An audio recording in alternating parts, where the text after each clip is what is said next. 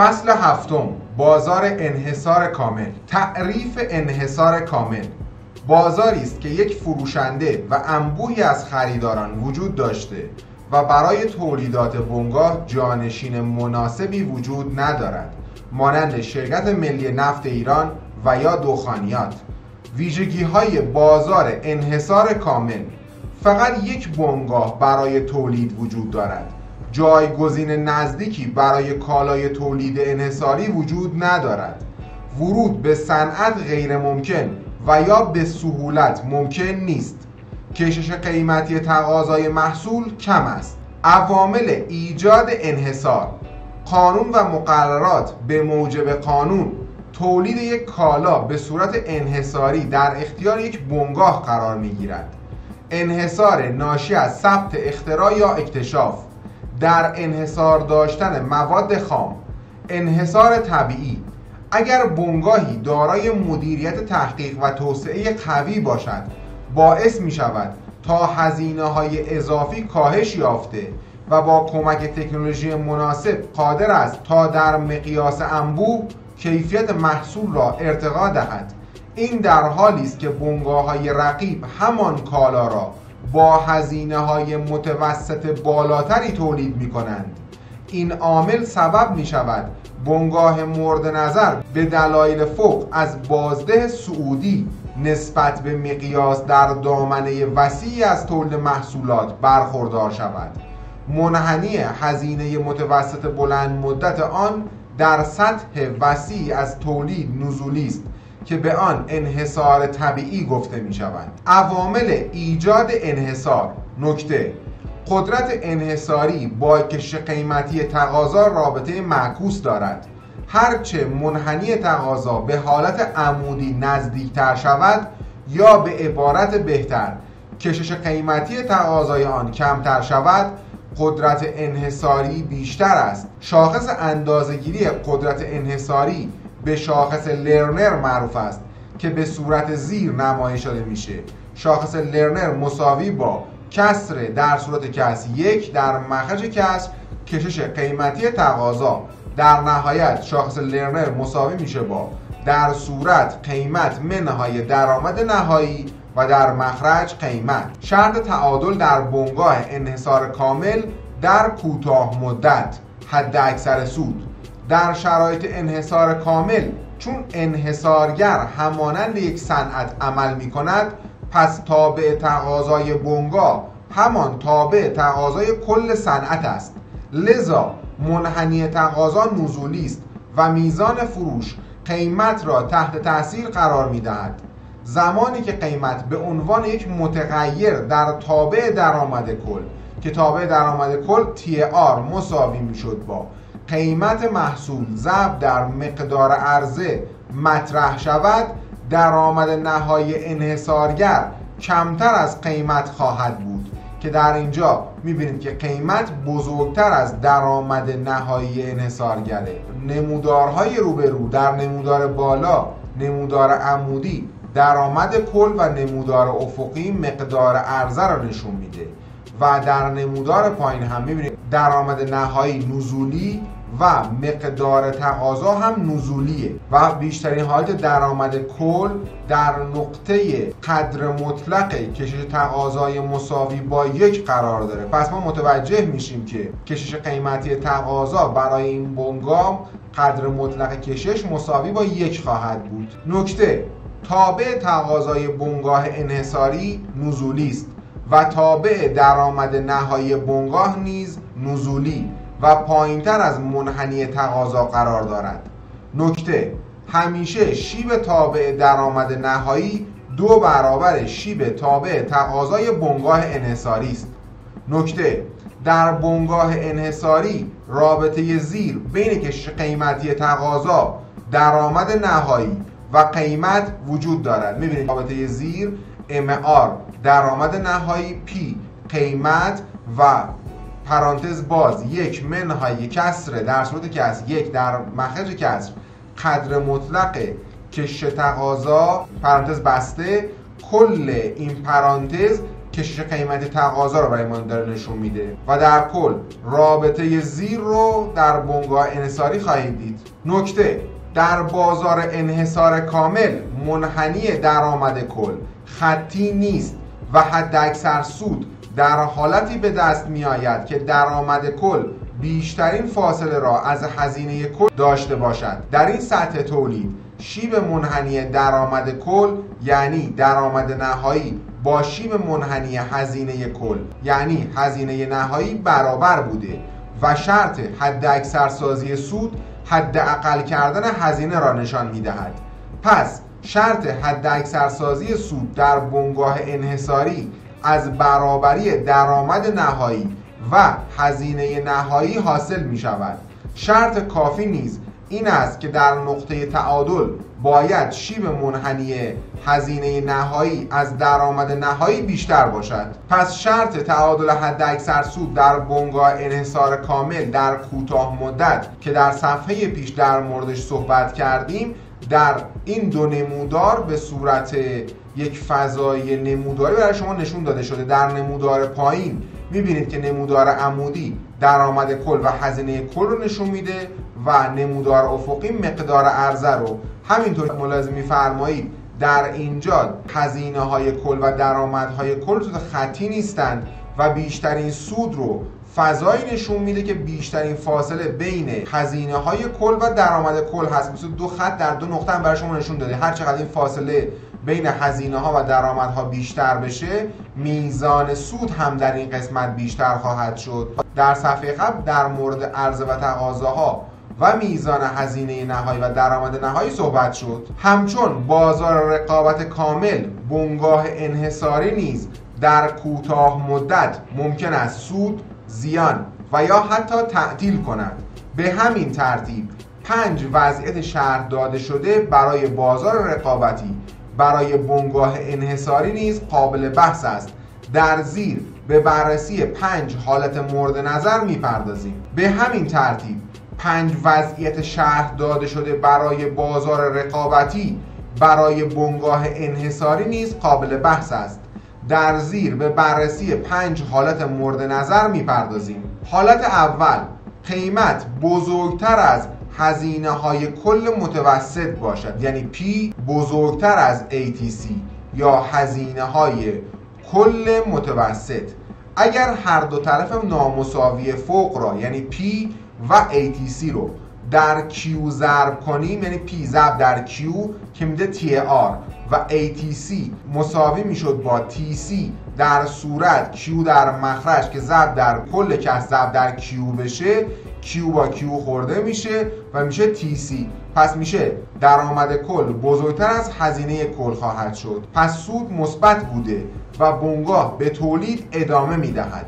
در صورت تعطیلی ضرر به اندازه هزینه های ثابت کل خواهد بود که در زیر هم P مساوی با TR منهای TC که تابع سود هست و برای شما نشون داده. TR درآمد کل، TC هزینه کله که روش محاسبه رو برای شما نشون داده. اما در این مطلب تابع سود میگه میزان سود این بنگاه حدیه که نقاط P، A، H و T رو به هم وصل میکنه. این وسعت میزان سود یک بنگاهی هست که قیمتش بزرگتر از هزینه کل متوسطشه. این فضای PAHT کل مساحتی هست که سود بنگاه رو تشکیل میده در حالت P بزرگتر از ATC یا قیمت بزرگتر از هزینه های کل متوسط. حالت دوم: قیمت برابر با هزینه کل متوسط باشد، یعنی P مساوی با ATC.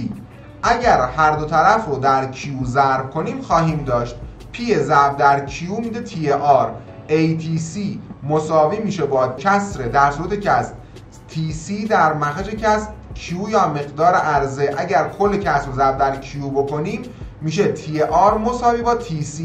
در این حالت سود بنگاه صفر است، بدین معنی که درآمدهای کل بنگاه انحصاری هزینه‌های ثابت و متغیر را پوشش می‌دهد. در صورت تعطیلی بنگاه به اندازه هزینه‌های ثابت کل ضرر می‌کند پس به تولید ادامه خواهد داد که در نمودار زیر هم برای شما مراحلی که الان گفته شده رو به نمایش در آورده.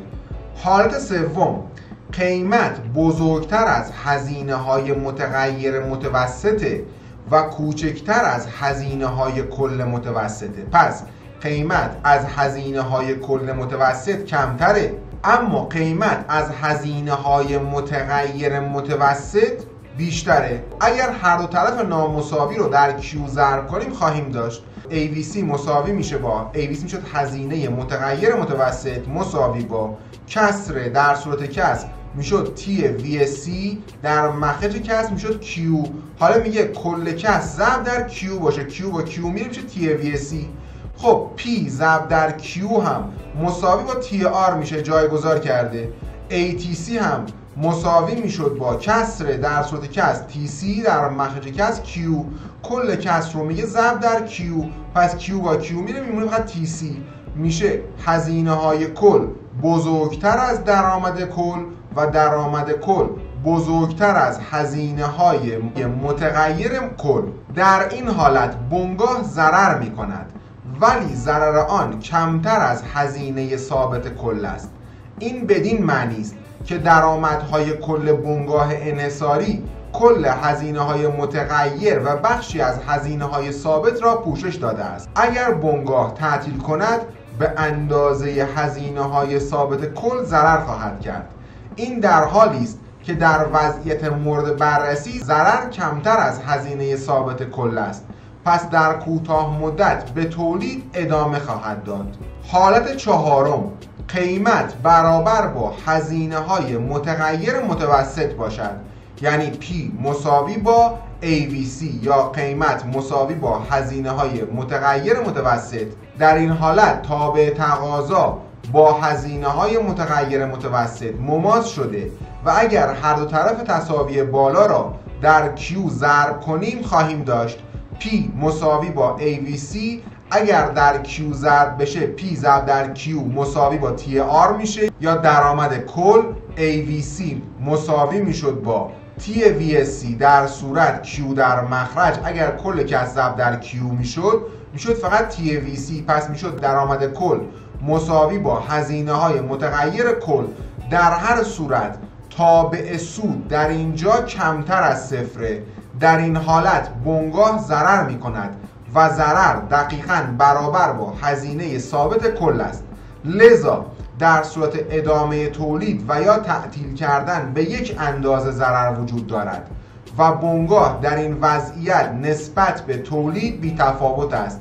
این حالت مرز تعطیلی بنگاه انحصاری است. در این نمودار میبینید که درآمد نهایی نزولیه، میبینید که میزان تقاضا در اینجا تقاضای نزولی رو داره، میبینید که هزینه های نهایی داره صعودی میشه، هزینه های کل متوسط هم بالاتر از قیمت وجود داره و قیمت زیر اون قرار داره و بالاتر از فقط هزینه های متغیر متوسط. قیمت مساوی با هزینه های متغیر متوسط، اما هزینه های کل متوسط بالاتر از قیمت قرار داره. حالت پنجم، قیمت کمتر از هزینه های متغیر متوسط باشد. قیمت کمتر از AVC باشه یا P کمتر از AVC باشه که P در اینجا قیمت و AVC هزینه های متغیر متوسطه.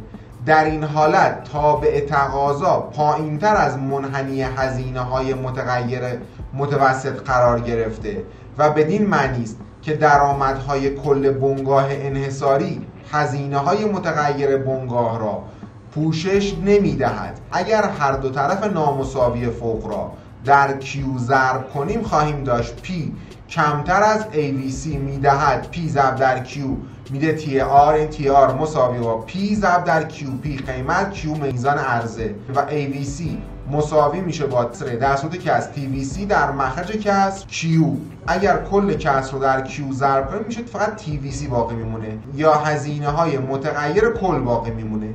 این وضعیت اگر بنگاه تعطیل کند به اندازه هزینه ثابت کل ضرر کرده، ولی در صورت تولید ضرر بیش از هزینه ثابت کل است.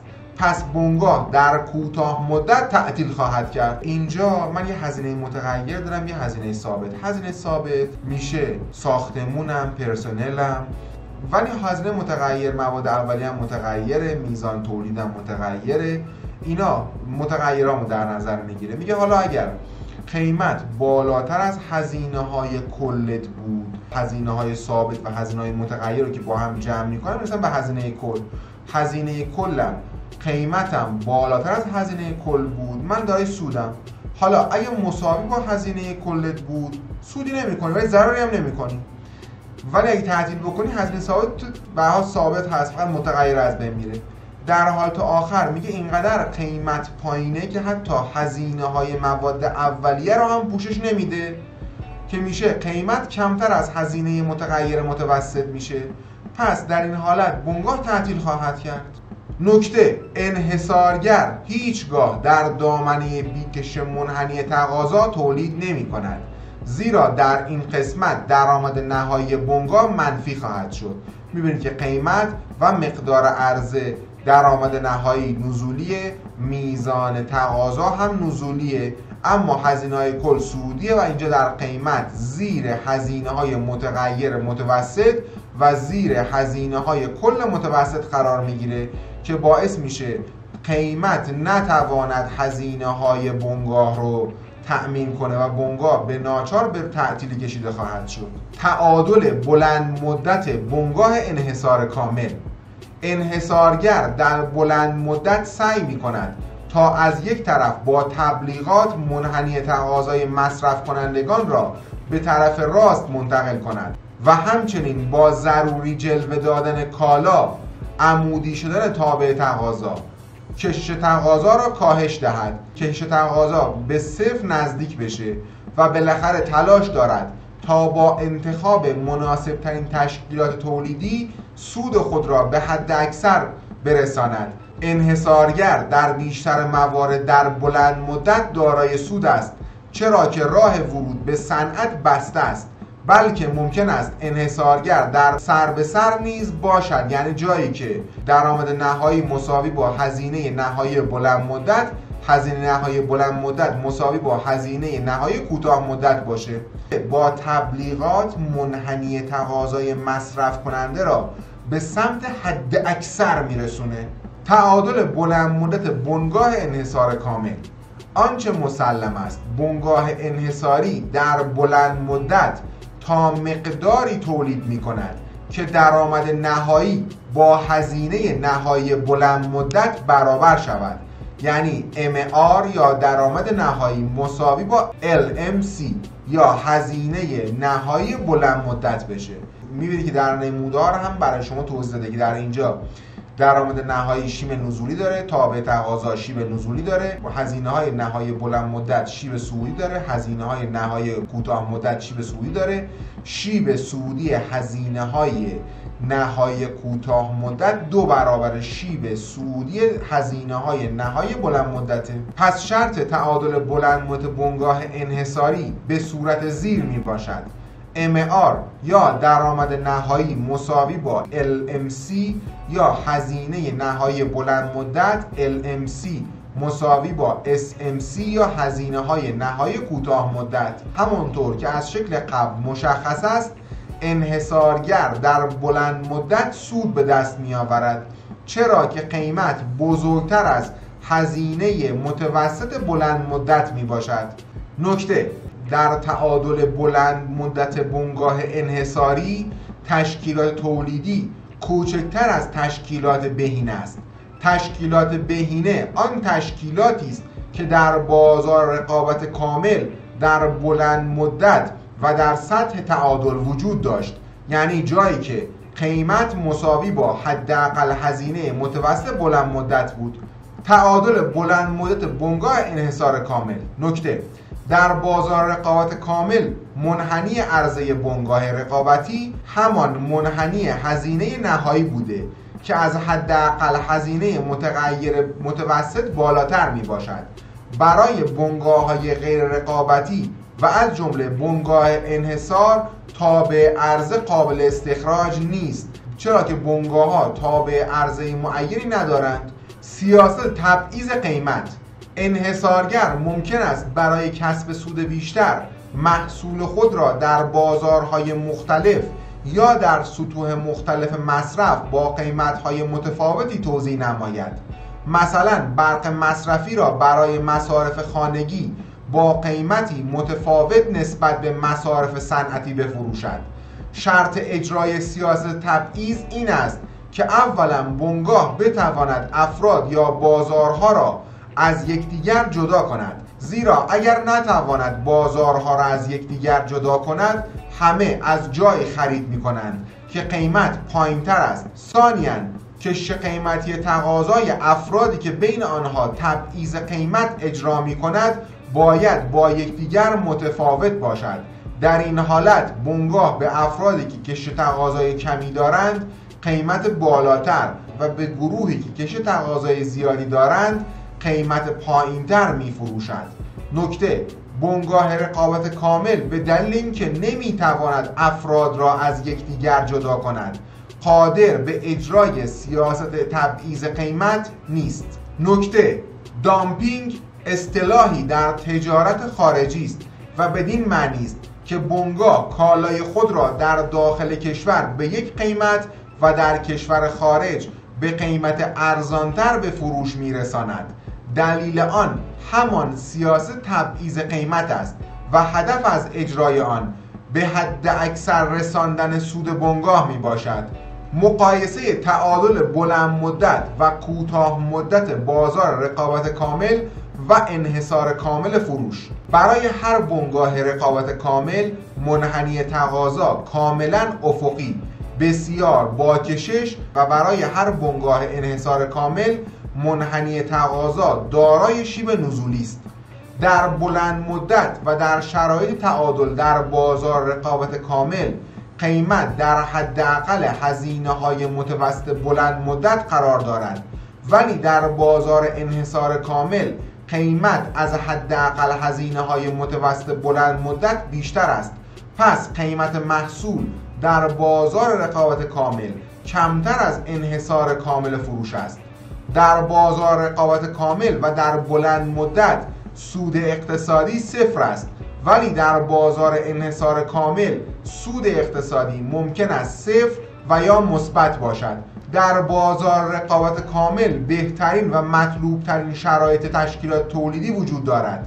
تشکیلات تولیدی که در سطح حداقل LAC است، ولی در بازار انحصار کامل بهترین تشکیلات تولیدی معمولاً از مطلوب ترین تشکیلات تولیدی کوچکتر است. تشکیلات تولیدی در دامنه نزولی هزینه‌های متوسط بلند مدت قرار دارد. با توجه به اینکه قیمت در بازار رقابت کامل از انحصار کامل کمتر است، پس اضافه رفاه مصرف کننده در بازار رقابت کامل از انحصار کامل بیشتر است.